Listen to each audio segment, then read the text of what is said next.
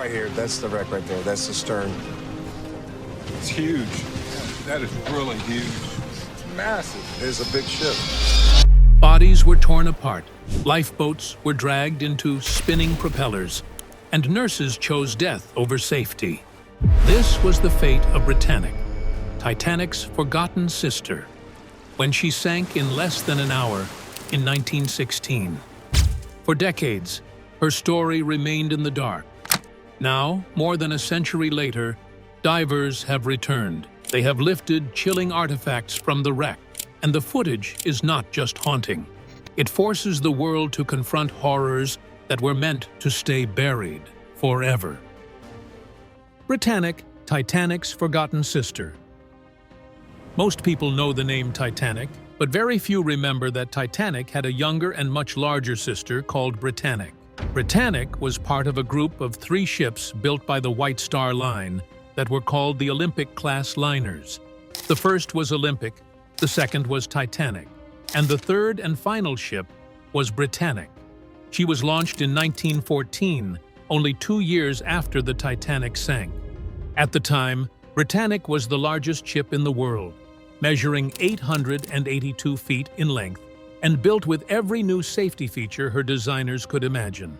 Britannic was supposed to be a response to the disaster of Titanic. When Titanic went down in 1912, killing more than 1,500 people, the public lost faith in the idea that these unsinkable ships were safe. To repair that reputation, designers of Britannic changed her structure while she was still under construction. They added a double hull, which meant there was an extra layer of steel at the bottom of the ship to protect it from damage. They also built stronger bulkheads and extended them higher up, hoping to keep water out if the hull was ever breached. The lifeboat situation, which had been a deadly flaw on Titanic because there were nowhere near enough boats for the passengers and crew, was also addressed. Britannic was fitted with more than enough lifeboats, and new davit systems were installed to make launching them quicker. On paper, she seemed like the safest ship in the world. Yet safety was only part of the story. Britannic was also intended to be a floating palace for the wealthy. Her plans included lavish dining rooms with ornate decoration, elegant marble staircases, and luxurious Turkish baths modeled after those in the grand hotels of Europe. White Star wanted her to compete with Cunard's Lusitania and Mauretania, which at the time dominated the Atlantic passenger trade. Everything about Britannic was meant to project both wealth and security. But history had other plans. Within a year of her completion, the First World War was raging across Europe. The British government no longer had a use for another luxury liner. In 1915, the Admiralty requisitioned Britannic and converted her into His Majesty's hospital ship, known officially as HMHS Britannic. The white hull was painted with green stripes and giant red crosses so that enemy submarines would recognize her as a non-combatant. Inside, the ship was stripped of most of her luxury fittings and converted into a medical facility. Cabins that were meant to house the rich were turned into hospital wards. The elegant dining rooms became treatment centers. Britannic quickly became known as the largest hospital ship in service during the war. She carried thousands of wounded soldiers from the battlefields of the Middle East back to Britain. Nurses who worked on board remembered her as both a place of healing and a place of great suffering. One nurse later described Britannic as a floating city of pain. But despite her noble role, every voyage was dangerous. The Aegean Sea and Mediterranean waters were filled with German submarines and mines. Survivors of Britannic later admitted that they lived with constant fear of attack. The ship's size and her clear markings made her highly visible, and her voyages often felt like a race against death. Few realized that, just like her sister Titanic, Britannic would not survive the sea. The day Britannic sank. On the morning of November 21st, 1916, the waters of the Aegean Sea were calm and deceptively peaceful. Britannic was sailing through the narrow Kia Channel. The sky was clear, the wind was low, and many on board believed it would be an uneventful day. That false sense of calm ended at exactly 8:12 a.m., when a thunderous explosion ripped through the starboard side of the ship. Britannic had struck a German mine laid by submarine U-73, and the damage was immediate. The sound was described by survivors as a deafening roar, followed by the groan of twisting steel. The bow shuddered violently, and within seconds, seawater rushed into the forward compartments. Patients who had been resting were hurled from their bunks. Nurses and doctors who were tending to the wounded found themselves surrounded by collapsing ceilings and choking plaster dust. The hospital ship, meant to be a place of healing, instantly turned into a battlefield of screams, splintered wood, and shattering glass. Britannic began to list heavily to starboard. Witnesses remembered seeing the sea rise like a wall through the corridors as water poured in uncontrollably. Above deck, panic swept through the passengers and crew. Wounded soldiers hobbled toward the lifeboats, clutching each other for support. Nurses tried desperately to impose order, guiding men and women to the davits. But it was clear they were running out of time. Unlike Titanic, which had taken more than 2 hours to sink, Britannic was disappearing far faster. The ship was visibly dropping lower in the water with every passing minute. Survivors later said they could feel the pull of the sea under their feet as they tried to escape. The nightmare truly began when the first lifeboats touched the water. The ship's engines were still running, and the enormous propellers at the stern continued to spin with terrible force. The lifeboats, light and fragile, could not fight against the pull. They were dragged backward toward the stern, faster and faster, as panicked passengers screamed for help. The first boat was sucked in and shattered in an instant. The wooden frame cracked apart like thin twigs, throwing men, women, and children directly into the spinning blades. Survivors described the sound of the impact as sickening. The screams of the victims were quickly drowned out by the thunder of the propellers. Bodies were torn apart, smashed into fragments, and swallowed by the foaming red water. Those in nearby lifeboats watched in horror. Some turned away, unable to look, while others stood frozen as the sea filled with broken pieces of wood and the remains of people they had just spoken to moments earlier. What came next haunted many for the rest of their lives. The struggle for escape.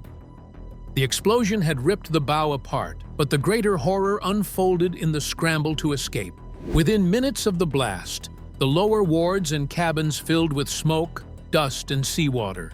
Patients who were already too weak to stand were carried on stretchers by nurses and orderlies, many of them stumbling as the ship tilted beneath their feet. Some men begged not to be left behind, clutching at the sleeves of anyone passing. Others simply closed their eyes, knowing they would not make it out. On the decks above, chaos reigned. Officers shouted conflicting orders. Their voices were drowned by the shrill sound of escaping steam and the roar of the engines. The ship was tilting so quickly that lifeboats swung wildly in their davits, crashing against the side of the hull. Some soldiers pushed forward, limping or crawling toward the lifeboats. Others froze, unable to move at all, staring at the horizon as though waiting for rescue that would never come. Many passengers jumped directly into the sea. Survivors later remembered the terrible sight of bodies hitting the water alongside crates and furniture that had been thrown overboard in desperation. Some were pulled under immediately by the suction, never to resurface. Others tried to swim, but found themselves tangled in ropes or struck by falling debris. The lifeboats that did launch were often overcrowded. Some tipped as men scrambled aboard, sending everyone back into the water. Those who managed to stay afloat clung to wreckage or to each other. The injured were laid flat across the thwarts of the boats, moaning as seawater splashed over them. Nurses tried to tend to wounds with bare hands, as their medical supplies were already gone. Even for those who escaped the immediate chaos, the suffering did not end. The sea was cold, and many survivors described shivering violently as they drifted, soaked to the bone. Others recalled the sound of men still trapped below deck, hammering desperately on the steel as the water rose. Those cries grew weaker and weaker until they stopped altogether. Within just 55 minutes, Britannic was lost. By the time her bow struck the seabed, only the aft funnel and part of her superstructure were still visible above the waterline. Then even that disappeared, leaving only waves and silence. 30 people never returned from that voyage. The rest carried the scars of what they had witnessed for the rest of their lives. What makes this moment even more haunting is that today, over a century later, divers have gone back to the wreck and pulled shocking artifacts from Britannic's silent grave. The footage of those objects being lifted out of the darkness is chilling because it proves that the ship and everything that happened on that terrible morning still waits for us at the bottom of the Aegean. But how could such a colossal ship, built specifically to avoid Titanic's fate, collapse so quickly? Ignored warnings and wartime negligence. Many of the decisions that doomed Britannic were not made on the morning of the explosion. They were made long before she sailed. One of the clearest examples was the handling of her watertight doors. These doors were built after the Titanic disaster to keep flooding contained if the hull was damaged. They could have bought the crew precious time, but they only worked if they were kept shut. On Britannic's final voyage, officers ordered them left open so that air could circulate more easily through the lower wards where patients and crew lived. With hundreds of men recovering from wounds, fresh air was considered more important than safety. In practice, this meant the ship's strongest defense was disabled before it ever struck the mine. Crew members later admitted that many thought this choice was careless. Still, the orders stood, and the ship sailed into hostile waters with its key safety measure already compromised. Survivors later spoke bitterly about this mistake. They said Britannic was treated as though she were invincible, as if her new design and sheer size guaranteed her safety. In reality, she was sailing straight into a war zone, and the confidence of those in charge left dozens of people trapped below decks when disaster came. The same negligence can be seen in the way lifeboats were managed. Britannic had more than enough lifeboats, a direct improvement from Titanic, but the system required clear training and strict drills. That preparation never happened. When the ship began to sink, many lifeboats jammed in their davits, while others were launched without proper coordination. Some boats hit the water unevenly and spilled their passengers into the sea. People who might have been saved instead drowned because the crew had not been trained to use the very equipment meant to protect them. Even the choice of route reveals negligence. The Aegean Sea was known to be filled with mines, and the Kia Channel in particular had been flagged as dangerous. Captains and naval advisors warned against sailing through it, but the Admiralty insisted the schedule be kept. Days before the sinking, rumors circulated among the crew that mines had been placed in the area. Still, the order came to proceed, and those warnings were ignored. Many later compared this to Titanic ignoring iceberg alerts in 1912. In both cases, warnings existed, but confidence and pride silenced them. The Admiralty later presented Britannic's loss as a tragic act of war that could not have been prevented. Historians and survivors, however, have pointed to these overlooked warnings and unprepared decisions as proof that the ship's fate was not simply the work of enemy action. Britannic was made vulnerable long before the mine exploded, and her passengers paid the price for choices they never had a say in. The tragedy deepens when we consider who was on board, not just soldiers, but nurses, civilians, and even children caught in the disaster. Nurses, civilians, and children left behind. Among the 1,065 people on board Britannic were not only soldiers but also nurses, cooks, cleaners, and even a few children connected to officers. For many of them, the voyage was not a choice, but an obligation. The ship was a workplace, a duty station, or in the case of the children, simply the home where their fathers were stationed. When disaster came, these passengers found themselves at the very bottom of the evacuation hierarchy. Eyewitnesses later told of nurses who refused places in lifeboats, even when urged by crewmates to save themselves. Some chose instead to remain on deck, guiding panicked soldiers and civilians, and others stayed below with patients who could not be moved quickly. Their refusal was born out of loyalty and compassion. They knew that stepping into safety meant abandoning those who could not escape. Cooks and cleaners faced a different fate. They were not formally included in evacuation drills and were often overlooked during lifeboat assignments. Testimonies suggest many were trapped below decks when the flooding spread. Some may have fought their way upward only to find the lifeboats already crowded or beyond reach. Their deaths passed almost unnoticed in the official records, yet their absence was keenly felt by the survivors who remembered their faces from daily service. The presence of children added another layer of misery. Survivors spoke of seeing one small child clutching tightly to her father's leg during the rush toward the lifeboats. Whether she survived was never clearly recorded. For families waiting at home, the loss of such little ones was made even worse by the lack of answers. Many never knew exactly when or how their loved ones died. What makes these stories even harder to bear is what has surfaced more than a century later.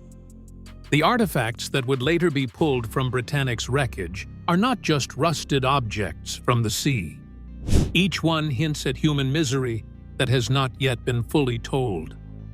If these human losses were heartbreaking enough, the questions about what Britannic was carrying and why she was in those dangerous waters open a far darker chapter. This was not simply a hospital ship, and the truth of her mission may explain why she never made it home. The hospital ship that wasn't entirely innocent.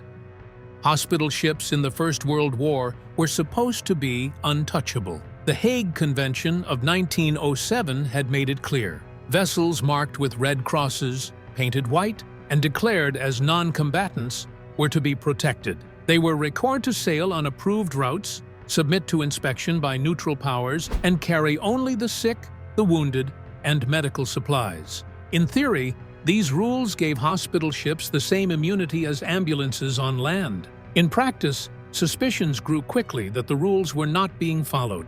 By 1915, Germany had begun openly accusing Britain of using hospital ships as cover.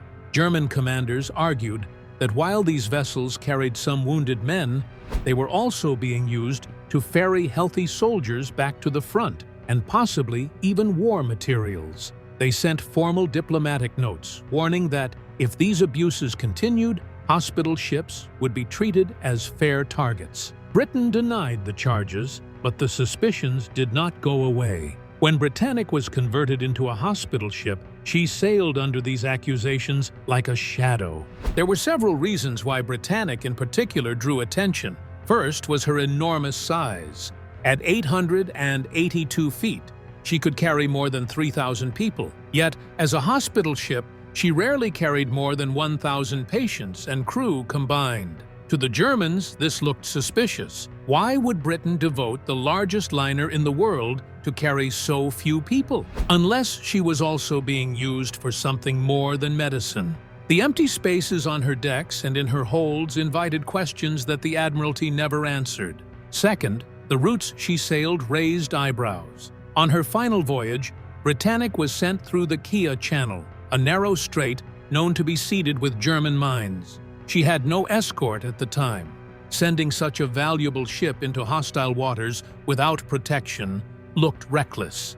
And some historians argue it makes sense only if the Admiralty believed she was performing duties too urgent to delay. If her only role was humanitarian, why take such a risk with so many lives? Survivors later fueled suspicion with their own observations. A few claimed that certain parts of the ship were sealed off or guarded during earlier voyages, even when they were told the ship was empty of patients. Some believed that those areas were being used to store non-medical cargo. These stories were never confirmed, but they matched German accusations that Britain was bending the rules. The broader context of the war makes the accusations even more believable. By 1915, Britain was struggling to move men and equipment quickly to where they were needed most. Troop ships and supply lines were constant targets for German submarines. Using hospital ships as cover would have been a tempting shortcut, especially with vessels as large and reliable as Britannic. If she was used this way, even once, it would have made her a legitimate target under international law. The implication is devastating. If Britannic carried anything more than medical supplies and patients, then her destruction was not simply the result of war cruelty, but also risk-taking. This context changes how we see her sinking. The tragedy is not just about a mine tearing through steel. It is about the possibility that the rules meant to protect the vulnerable were bent or broken, and that Britannic's passengers paid the price for secrets hidden at the highest levels. More than a century later, divers who returned to Britannic did not just raise questions about her mission. They also pulled her artifacts from the seabed, and those objects now tell their own chilling story about what happened inside the ship when it went down. The modern recovery team and real artifacts found. In May 2024, for the first time in more than a century, an authorized team of divers returned to Britannic. The operation was led by British maritime historian Simon Mills, who has studied Britannic for decades, working in partnership with Greece's Ephorate of Underwater Antiquities. The expedition brought together 11 highly trained technical divers from across Europe. Their mission was to raise objects from the wreck and bring them to the surface, where they could finally be conserved, studied, and displayed to the public. The challenge was immense. Britannic rests 400 feet beneath the Aegean Sea, far deeper than most wrecks divers ever attempt. At that depth, the pressure can crush equipment and endanger human life in seconds. The water is near freezing, and strong currents sweep through the Kia Channel without warning. The divers relied on closed-circuit rebreathers, which recycle exhaled air and trimix gases, a careful blend of oxygen, helium, and nitrogen that prevents both blackout and nitrogen narcosis at extreme depths. Every descent required meticulous planning. A single mistake could mean death. Each dive lasted no more than 30 minutes at the wreck, followed by hours of slow decompression to prevent the bends. The team did not work alone. They used remotely operated vehicles, ROVs, equipped with cameras and manipulator arms to scout the wreck and identify targets before human divers moved in. Once divers selected an artifact, they attached it to specialized lift bags that carried the object slowly upward. From there, conservation containers on support vessels kept the fragile items stable until they could be transferred to laboratories in Athens. The process was painstaking because the goal was not just to bring back artifacts, but to preserve their integrity after more than 100 years underwater. The objects recovered were ordinary in one sense and devastating in another. Among them was the ship's bell, once rung daily to mark the time for crew and patients. Corroded but still recognizable, it is a chilling reminder of how normal life had been aboard the ship before its final morning. A portside navigation lamp was also lifted, its cracked glass still intact as though it had gone dark only yesterday. Silver-plated trays from Britannic's first-class service were found, reminders that the ship had been built for wealth and luxury before war turned it into a hospital. The team also recovered decorative tiles from the Turkish bath. A porcelain sink from the second-class cabins was brought up as well, once used by soldiers preparing for the long voyage home. Finally, a pair of binoculars was retrieved. Its lens was clouded, but still whole. It was as if it was waiting for someone to pick them up and peer across the horizon once more. The binoculars are perhaps the most haunting of all. Who held them last? Was it a lookout searching the horizon, or a soldier watching the sea as the ship entered the minefield? These items are being conserved in Athens and will eventually be displayed at the Museum of Underwater Antiquities in Piraeus. For the families of those who were lost, they may become the only tangible link to relatives who vanished that day. For the wider public, they will be a reminder that the sea does not bury the past forever.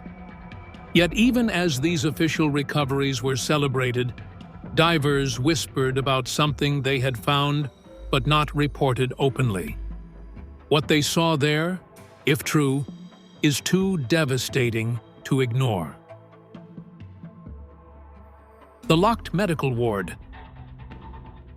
According to some who participated in the dives, they located a sealed compartment deep within the lower decks of Britannic.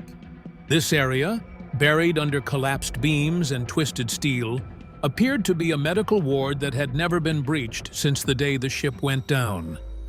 Divers who approached the section reported seeing stretchers still lying in place, rusted and encrusted with marine growth. Wheelchairs leaned against the walls, their frames eaten away by salt, but still recognizable. Decayed bedding was visible in clumps, scattered across the silt like pale stains in the gloom. The most chilling details came in the form of smaller items. According to accounts, human remains were found embedded in the sediment, along with rosary beads, buckles, and medical identification tags. These details suggest that the ward may have been occupied when the mine exploded and the ship began to sink. If true, the implications are devastating. For more than a century, official records have claimed that only 30 people died on Britannic. The presence of human remains in a locked ward tells another story. It suggests that patients who were too injured to move, or staff who refused to leave their sides, were trapped inside when the doors were sealed and the water rushed in. They would have suffocated or drowned within minutes, their final cries swallowed by the sea. Their names never appeared in casualty lists. Their deaths were never acknowledged. This changes Britannic from a wreck into something even more tragic, a mass grave of the forgotten. It also suggests that the official story was incomplete by design. If the Admiralty had admitted that patients were left locked inside a hospital ward, the public outrage in 1916 would have been immense. Instead, the number 30 was repeated for generations, giving the impression of a near-miracle survival. The divers who described what they saw claimed that higher authorities urged them not to speak publicly. The reasoning, according to these accounts, was that Britannic was already designated a war grave, and disturbing human remains was both unethical and politically dangerous. Yet others believe the suppression had more to do with preserving the long-standing image of Britannic as a purely humanitarian vessel. If it were revealed that the ship held far more dead than officially recorded, and that those deaths were the result of negligence or cover-up, it would open old wounds and cast the British Admiralty in an unforgiving light. For over 100 years, Britannic's sisterhood with Titanic has been remembered as a tale of two tragedies. Yet, if the accounts of the sealed ward are true, Britannic's story is even darker. It is not only the story of a mine striking a ship, but of wounded men and devoted nurses entombed without acknowledgement. What do you think about this discovery? Comment down below. Thanks for watching. See you in the next one.